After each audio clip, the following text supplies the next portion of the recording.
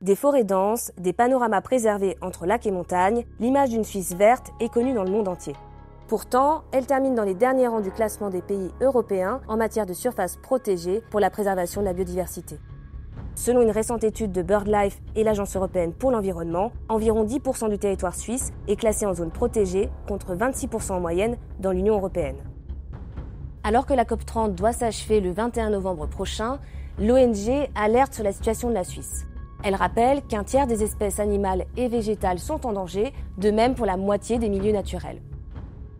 Résultat, il y a désormais plus d'espèces menacées que chez nos voisins européens. Alors les causes, elles sont multiples. Agriculture intensive, urbanisation galopante, morcellement ou dégradation du territoire.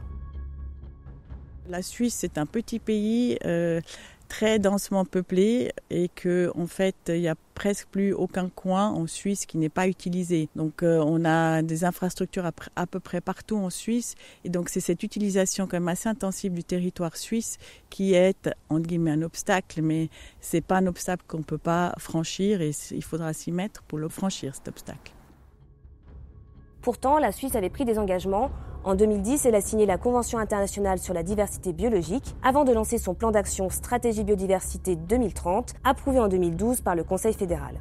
Objectif, protéger 30% des terres et des mers d'ici 2030 et remplir une série de mesures nationales. Mais 15 ans plus tard, le bilan est maigre. Sur les 18 objectifs du plan d'action de la Confédération, un seul a été atteint, celui lié à la préservation de la biodiversité en forêt. Pour le reste, les avancées sont limitées, voire inexistantes. Les zones protégées stagnent et des espèces comme les abeilles sauvages, les hérissons ou les lynx restent menacées. L'enquête de la station ornithologique a montré que dans ce type de zone, on a un déclin encore durant les 10 dernières années du nombre d'espèces d'oiseaux.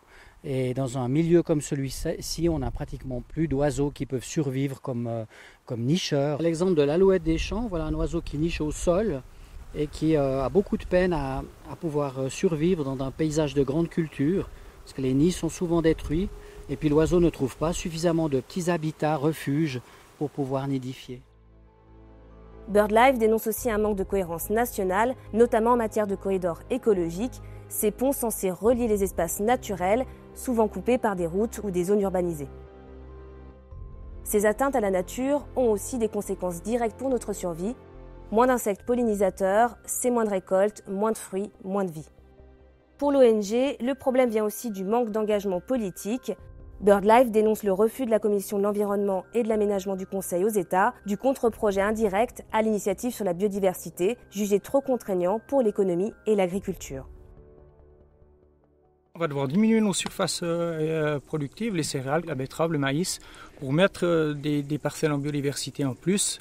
Donc on va moins produire de denrées alimentaires, ce qui est actuellement aussi notre devoir d'agriculteur, notre passion d'agriculteur de produire des denrées alimentaires pour le peuple suisse.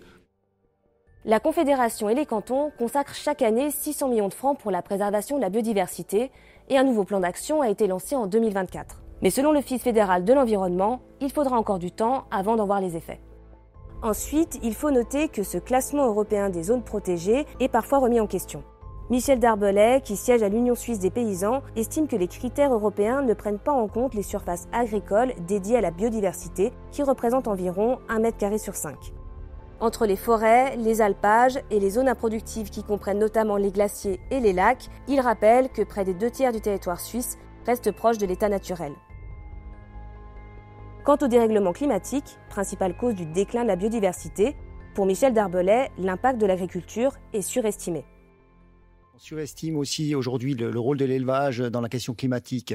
On voit depuis 40 ans, on a diminué d'1/5 nos troupeaux en Suisse et dans le même temps le climat s'est dégradé. Donc le problème est certainement à chercher d'abord ailleurs qu'au niveau de l'élevage, qu'au niveau de l'agriculture. Nous sommes concernés par le changement climatique, nous souffrons du changement climatique. On voit les phénomènes météorologiques à répétition comme la grêle, comme les sécheresses, comme les intempéries. Mais aujourd'hui nous avons des mesures qui sont beaucoup trop axées sur la réduction des gaz à effet de serre et pas suffisamment de mesures qui sont axées sur l'adaptation de l'agriculture.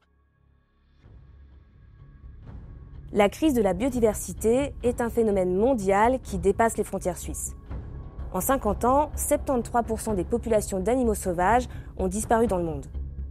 Et aujourd'hui, on estime que plus de 3 milliards de personnes dépendent directement des écosystèmes marins et côtiers pour vivre. Un fléau donc global que certains scientifiques appellent déjà la 6e extinction de masse, une conséquence directe du réchauffement climatique, de l'urbanisation et de la surexploitation des ressources.